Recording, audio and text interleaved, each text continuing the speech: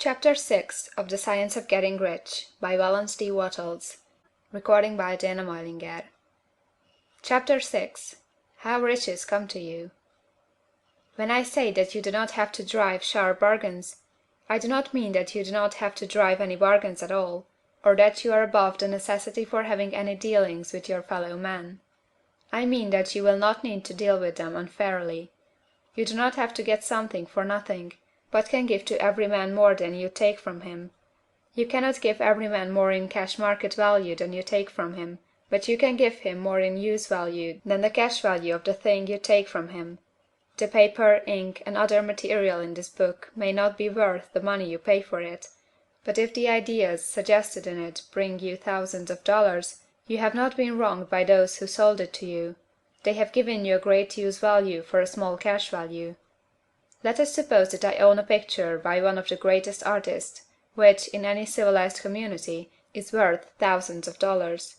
I take it to Baffin Bay, and by salesmanship induce an Eskimo to give a bundle of furs worth $500 for it. I have really wronged him, for he has no use for the picture. It has no use value to him. It will not add to his life. But suppose I give him a gun, worth $50 for his furs. Then he has made a good bargain. He has use for the gun. It will get him many more furs and much food. It will add to his life in every day. It will make him rich.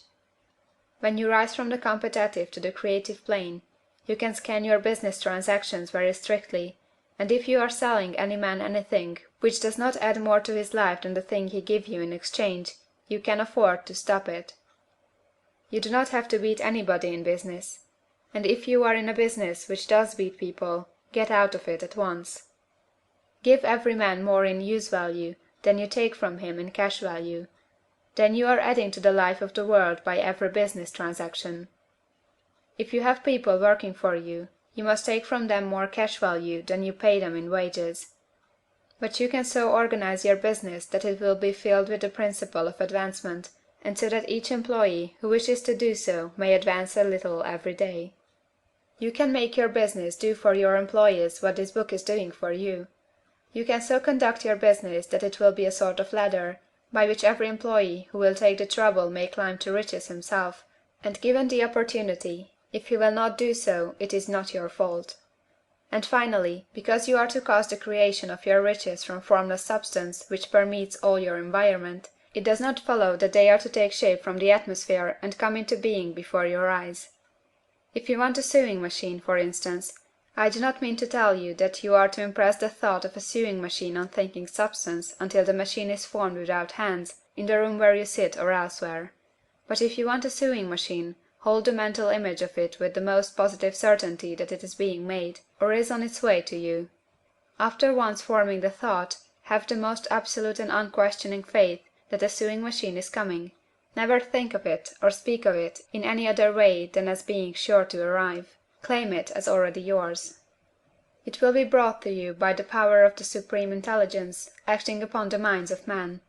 If you live in Maine, it may be that a man will be brought from Texas or Japan to engage in some transaction which will result in your getting what you want. If so, the whole matter will be as much to that man's advantage as it is to yours. Do not forget for a moment that the thinking substance is through all, in all, communicating with all, and can influence all. The desire of thinking substance for fuller life and better living has caused the creation of all the sewing machines already made, and it can cause the creation of millions more, and will, whenever men set it in motion by desire and faith, and by acting in a certain way. You can certainly have a sewing machine in your house, and it is just as certain that you can have any other thing or things which you want, and which you will use for the advancement of your own life and the lives of others. You need not hesitate about asking largely. It is your Father's pleasure to give you the kingdom, said Jesus. Original substance wants to live all that is possible in you, and wants you to have all that you can or will use for the living of the most abundant life. If you fix upon your consciousness the fact that the desire you feel for the possession of riches is one with the desire of omnipotence for more complete expression, your faith becomes invincible. Once I saw a little boy sitting at a piano and vainly trying to bring harmony out of the keys. and I saw that he was grieved and provoked by his inability to play real music. I asked him the cause of this vexation, and he answered, "I can feel the music in me, but I can't make my hands go right." The music in him was the urge of original substance, containing all the possibilities of all life. All that there is of music was seeking expression through the child. God, the one substance, is trying to live and do and enjoy things through humanity. He is saying, "I want hands to build wonderful structures, to play divine harmonies, to paint glorious pictures. I want feet to run my errands, eyes to see my beauties, tongues to tell mighty truths, and to sing marvelous songs," and so on. All that there is of possibility is seeking expression through man. God wants those who can play music to have pianos and every other instrument, and to have the means to cultivate their talents to the fullest extent. He wants those who can appreciate beauty to be able to surround themselves with beautiful things. He wants those who can discern the truth to have every opportunity to travel and observe. He wants those who can appreciate dress to be beautifully clothed, and those who can appreciate good food to be luxuriously fed. He wants all these things, because it is himself that enjoys and appreciates them. It is God who wants to play, and sing, and enjoy beauty, and proclaim truth, and wear fine clothes, and eat good foods. "It is God that worketh in you to will and to do," said Paul. The desire you feel for riches is the infinite seeking to express himself in you, as he sought to find expression in the little boy at the piano. So you need not hesitate to ask largely. Your part is to focalize and express the desire to God. This is a difficult point with most people. They retain something of the old idea that poverty and self-sacrifice are pleasing to God.